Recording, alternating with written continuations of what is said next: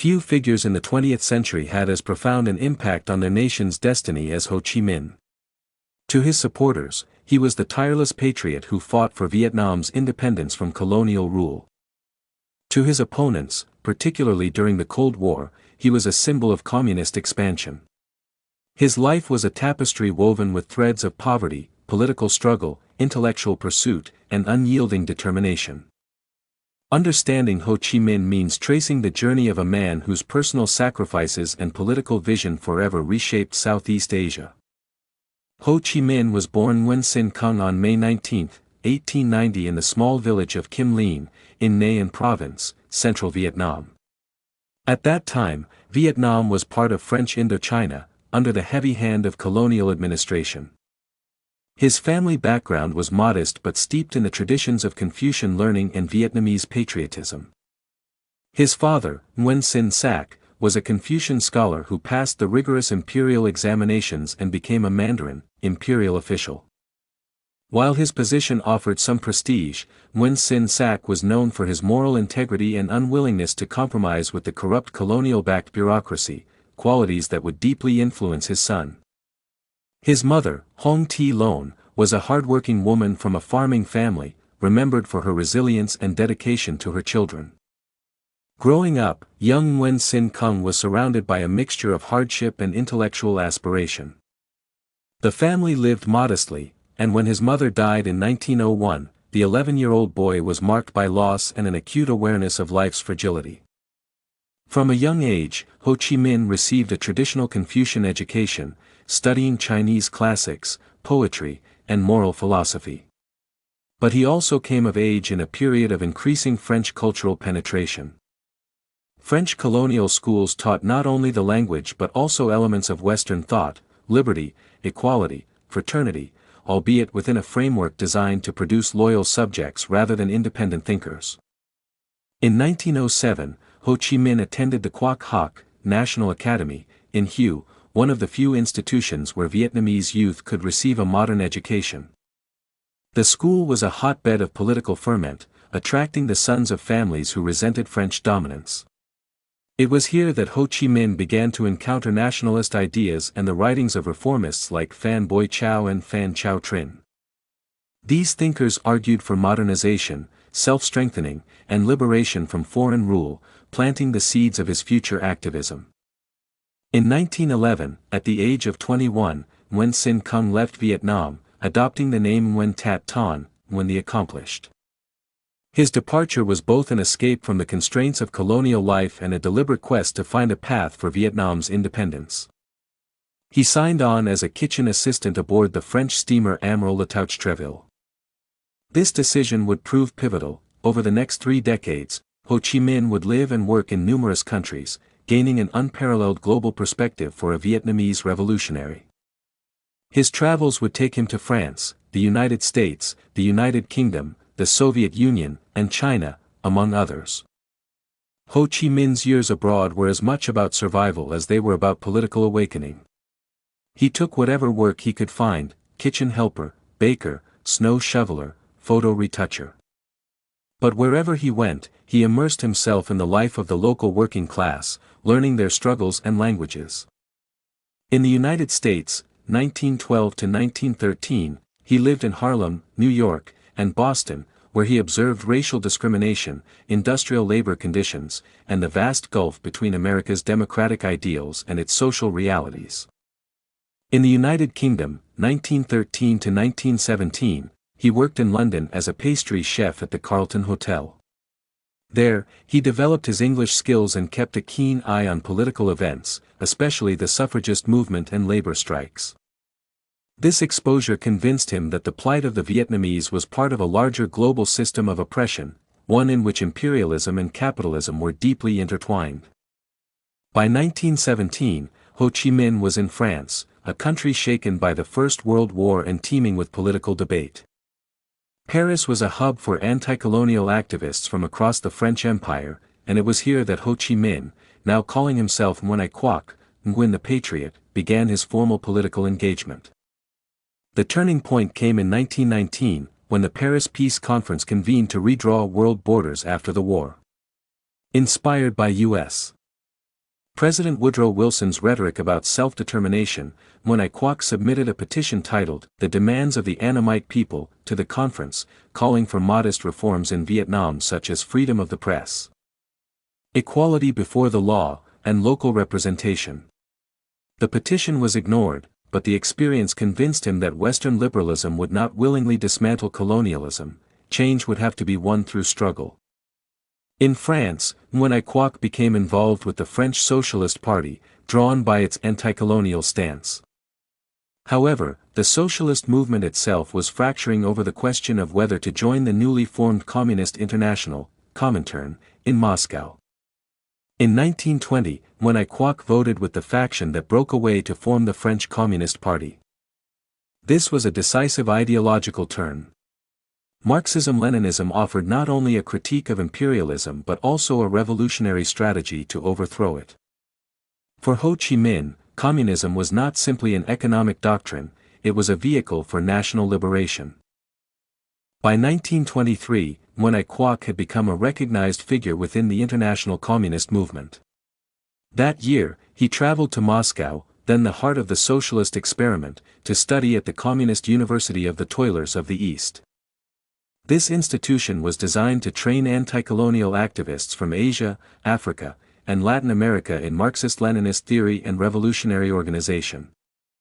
In Moscow, he received direct instruction in political economy, dialectical materialism, guerrilla strategy, and underground organizing. He also deepened his understanding of Lenin's thesis on imperialism, which framed colonialism as the highest stage of capitalism, a system that could only be dismantled through international solidarity and coordinated revolution.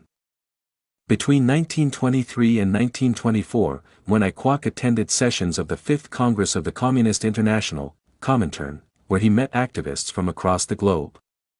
The Comintern valued him for his clarity in explaining the colonial problem and for his ability to connect Marxist theory with the lived realities of the colonized.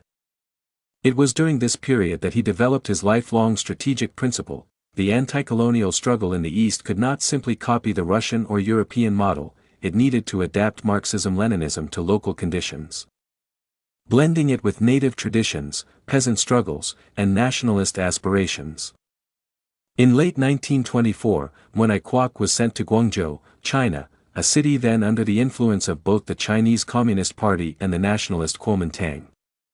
Here, he trained Vietnamese exiles and established the Vietnamese Revolutionary Youth League, 1925, which became the seedbed for future leaders of the Vietnamese communist movement. Guangzhou also gave him proximity to Vietnam, allowing him to smuggle propaganda and instructions back home. He produced clandestine pamphlets and newspapers, urging workers and peasants to unite against French rule. The language he used was deliberately inclusive, merging calls for social equality with nationalist sentiment, a rhetorical blend that would define his political messaging for decades. While operating in southern China and later in other parts of Asia, Nguyen Quoc began using various pseudonyms for security reasons. By the early 1940s, he adopted the name Ho Chi Minh, meaning, "he who enlightens." This name would become his permanent revolutionary identity and the symbol of the Vietnamese independence movement. The geopolitical landscape changed dramatically with the outbreak of the Second World War. In 1940, Japan invaded Indochina, pushing aside French authority but retaining the colonial apparatus. This created a unique opportunity: the French were weakened, the Japanese were resented, and nationalist movements could maneuver in the shadows. In May 1941, Ho Chi Minh, now back in northern Vietnam after decades abroad, convened a meeting in Pac Bo Cave in Cao Bang Province. There, he founded the League for the Independence of Vietnam, better known as the Viet Minh. The Viet Minh's program was straightforward: fight for complete independence from both French and Japanese control. Ho Chi Minh emphasized that while communists were leading the organization, it was open to all patriots, regardless of ideology. This inclusive approach broadened its appeal among peasants, intellectuals, and small merchants. During World War II, the Viet Minh's armed wing, the Vietnamese Liberation Army, fought primarily against Japanese forces. Ironically, they also received some assistance from the U.S. Office of Strategic Services, OSS, the precursor to the CIA, as part of the Allied effort to weaken Japan. OSS agents trained Viet Minh guerrillas, supplied weapons, and even treated Ho Chi Minh for a bout of malaria in 1945. This temporary cooperation reflected the wartime reality. Both the Viet Minh and the Allies wanted Japan defeated, though their long-term goals were vastly different. With Japan's surrender in August 1945 following the atomic bombings of Hiroshima and Nagasaki, a power vacuum emerged in Vietnam. The French were still recovering from the war, the Japanese were preparing to withdraw, and the Allies were yet to establish control. Seizing the moment, the Viet Minh launched the August Revolution. Within weeks, they captured key cities, and on September 2, 1945, Ho Chi Minh stood in Ba Dinh Square, Hanoi, to proclaim the Democratic Republic of Vietnam, DRV. His speech famously opened with lines from the U.S. Declaration of Independence. All men are created equal. They are endowed by their Creator with certain unalienable rights, among these are life, liberty, and the pursuit of happiness. By invoking American revolutionary ideals, Ho Chi Minh sought to appeal to Western powers for recognition, but the gesture was ignored by the returning French authorities. Negotiations with France quickly broke down. By late 1946, armed conflict erupted, marking the beginning of the First Indochina War. This was a protracted struggle between the French Expeditionary Corps and the Viet Minh, characterized by guerrilla warfare, political mobilization, and strategic retreats. Ho Chi Minh's role during this period was both political and symbolic. He served as president of the DRV, traveled abroad seeking diplomatic recognition, and maintained morale among the Vietnamese people. Militarily, the Viet Minh relied heavily on their commander, Vo Nguyen Giap, whose strategies emphasized mobility, popular support, and attrition warfare. The turning point came with the Battle of Dien Bien Phu in 1954. Giap's forces surrounded and besieged the French garrison, forcing its surrender after 56 days. This decisive victory shocked the world and marked the end of French colonial rule in Indochina. The Geneva Conference of 1954 brought a formal end to the war but divided Vietnam along the 17th parallel, the north under Ho Chi Minh's DRV, and the south under the anti-communist state of Vietnam, later led by Ngo Dinh Diem. National elections to reunify the country were scheduled for 1956, but they never occurred, as both sides, backed by their respective Cold War patrons, prepared for a longer conflict. Ho Chi Minh now faced a new and even more complex challenge, building a socialist state in the north while continuing the struggle for national unification. Following the Geneva Accords of 1954, Ho Chi Minh returned to Hanoi as the President of the Democratic Republic of Vietnam, DRV. His government now controlled the northern half of the country, home to roughly half the population but fewer economic resources than the south. The immediate tasks before him were monumental. 1. Reconstruction after decades of war. 2. Land reform to redistribute property from landlords to peasants. 3. Political consolidation to ensure the Communist Party's authority. 4. Preparing for eventual reunification with the South. Ho Chi Minh's leadership in this period reflected his lifelong ability to blend ideological conviction with political pragmatism. While he was a committed Marxist-Leninist, he understood the importance of gradual implementation, cultural sensitivity, and winning mass support. One of the DRV's most ambitious programs was land reform, 1953 to 1956. Modeled in part on Chinese policies, it aimed to break the power of large landlords and empower the rural poor. While the program succeeded in redistributing land, it was marred by excesses and violence. Landlords, and sometimes those merely accused of being landlords, were subjected to public struggle sessions and executions. Estimates of the number killed vary widely, from 13,000 to more than 100,000. By 1956, the program's brutality had caused widespread resentment, leading Ho Chi Minh to issue a rare public apology. This episode remains one of the most controversial aspects of his leadership, showing the tension between revolutionary zeal and the realities of governance. As the leader of North Vietnam, Ho Chi Minh carefully navigated the complexities of the Cold War. The DRV relied heavily on Soviet and Chinese aid, both in terms of economic assistance and military supplies, but Ho worked to maintain a degree of independence between the two communist giants, especially as the Sino-Soviet split emerged in the 1960s. He also cultivated relationships with non-aligned nations, portraying the Vietnamese struggle as part of the broader anti-imperialist movement in Asia, Africa, and Latin America. In speeches, he linked Vietnam's cause to those of Algeria, Cuba, and other liberation movements, seeking to frame the conflict as one of oppressed peoples versus colonial powers rather than merely a communist versus capitalist confrontation. After 1954, tensions between North and South Vietnam never truly abated. Ho Chi Minh supported the National Liberation Front, NLF, known in the United States as the Viet Cong, in waging guerrilla warfare against the South Vietnamese government of Ngo Dinh Diem. The U.S., determined to prevent the spread of communism, increased its aid to the South and eventually began sending military advisors. The 1963 assassination of Diem, followed by political instability in Saigon, only deepened the North's belief that the South's government lacked legitimacy.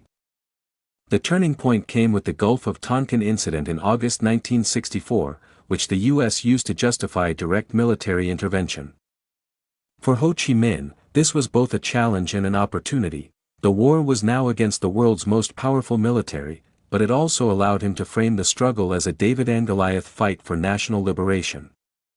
By the 1960s, Ho Chi Minh's direct role in military planning had diminished, with figures like Vong Nguyen Giap and Le Duan taking more control over war strategy. Instead, Ho focused on diplomacy, morale building, and maintaining the ideological unity of the Communist Party. His public image, the Uncle Ho persona, was deliberately cultivated. Dressed simply in peasant-style clothes, living modestly, and writing poetry, Ho projected an image of humility and moral authority. He became a unifying figurehead for the North, embodying the idea of the wise, benevolent leader devoted to his people. Ho Chi Minh's political philosophy can be summarized as a fusion of Marxism-Leninism with Vietnamese nationalism. Key elements included national independence as the primary goal.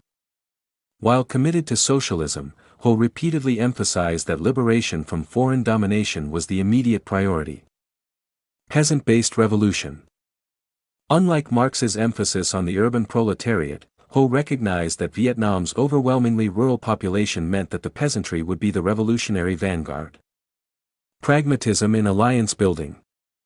Ho often entered into temporary alliances, even with ideologically different groups, when they advanced the independence struggle. Mass mobilization and education. He placed great importance on literacy campaigns, political education, and grassroots participation in governance. During the height of the Vietnam War, Ho Chi Minh was both vilified and revered internationally. In the West, particularly in the United States, he was often portrayed as a puppet of Moscow or Beijing, a symbol of communist aggression in Southeast Asia. However, in much of the global South, he was celebrated as a hero of decolonization. His name appeared alongside those of Mahatma Gandhi, Fidel Castro, and Kwame Nkrumah in speeches, murals, and student rallies. Ho's ability to inspire solidarity among diverse liberation movements was one of his greatest political achievements, and it ensured that the Vietnam War had global resonance beyond its military battles. By the mid to late 1960s, the Vietnam War had escalated into one of the most intense conflicts of the Cold War era. U.S. troop numbers in South Vietnam swelled beyond 500,000, and the war was exacting a devastating toll on both North and South Vietnamese civilians. Ho Chi Minh, now in his late 70s, was increasingly frail. Years of exile, imprisonment, and a relentless political schedule had worn down his health. Yet he remained a central figure in both domestic and international propaganda. His speeches, photographs, and writings were circulated widely, serving to inspire Vietnamese fighters and rally international support. In early 1968, the Tet Offensive, a coordinated series of attacks by the North Vietnamese Army and the National Liberation Front, shook U.S. confidence in the war. Militarily, the offensive was costly for the Viet Cong, but politically, it was a major blow to American morale and public opinion. Although Ho Chi Minh was not directly involved in the operational planning, that role fell to Le Duan and Vong Nguyen Giap. His image was tied to the event. For many in Vietnam, the Tet Offensive reinforced the perception that the North's determination, embodied by Ho, was unbreakable. By 1968, Ho's health had deteriorated significantly. He suffered from multiple heart attacks and was often absent from public appearances, though official statements continued to portray him as active and engaged. Behind the scenes, real day-to-day leadership was increasingly in the hands of the Politburo, especially Le Duan, who had long been the main architect of North Vietnam's war policy. Ho's last public message to the Vietnamese people, delivered on May 19, 1969, his 79th birthday, was characteristically modest and focused on unity. Our people must be determined to fight the U.S. aggressors until complete victory. Just months later, on September 2, 1969, coincidentally the 24th anniversary of the DRV's founding, Ho Chi Minh died in Hanoi. He was 79 years old. News of his death was met with deep grief in the North and among pro-communist forces in the South. His funeral was a massive state event, attended by representatives from across the communist and non-aligned world. Although Ho had reportedly wished to be cremated, the government decided to embalm his body and place it in a mausoleum in Ba Dinh Square, following the model of Lenin's mausoleum in Moscow. The Ho Chi Minh Mausoleum remains a place of pilgrimage for many Vietnamese today. At the time of Ho's death, the Vietnam War was far from over. North Vietnam's leadership pledged to continue the fight until the country was reunified. Over the next 6 years, the war dragged on, culminating in the fall of Saigon on April 30, 1975, an event the North celebrated as the fulfillment of Ho's lifelong dream of a unified Vietnam. In 1976, the country was officially renamed the Socialist Republic of Vietnam, and Saigon was renamed Ho Chi Minh City in his honor. After his death, the Vietnamese state intensified the Uncle Ho image. His likeness appeared on currency, school walls, and government offices. His teachings were incorporated into education at all levels, and his biography was retold in simplified, heroic terms for young generations. While Ho's modest personal lifestyle contrasted with many personality cults of the era, the state nonetheless used his image as a unifying symbol in a country still grappling with post-war reconstruction and ideological commitment to socialism. Outside of Vietnam, Ho Chi Minh's legacy is contested. Critics point to the land reform excesses, political repression, and the one-party system established under his leadership.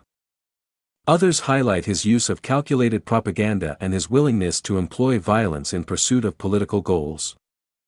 In the United States and parts of the West, particularly during the Vietnam War, he was often portrayed as a cunning communist adversary, a man whose diplomacy masked a deep ideological commitment to global Marxist revolution. In China and the Soviet Union, he was respected as a skilled revolutionary who balanced between rival powers without fully alienating either. In contemporary Vietnam, Ho Chi Minh remains a national icon. His image is omnipresent, his speeches and writings are still quoted, and his mausoleum remains one of the most visited sites in the country. For many Vietnamese, especially older generations, Ho is remembered as the man who led the struggle for independence against both French colonialism and U.S. intervention. Among younger generations, he is often viewed through the lens of state education, which emphasizes his patriotism, simplicity, and devotion to the people.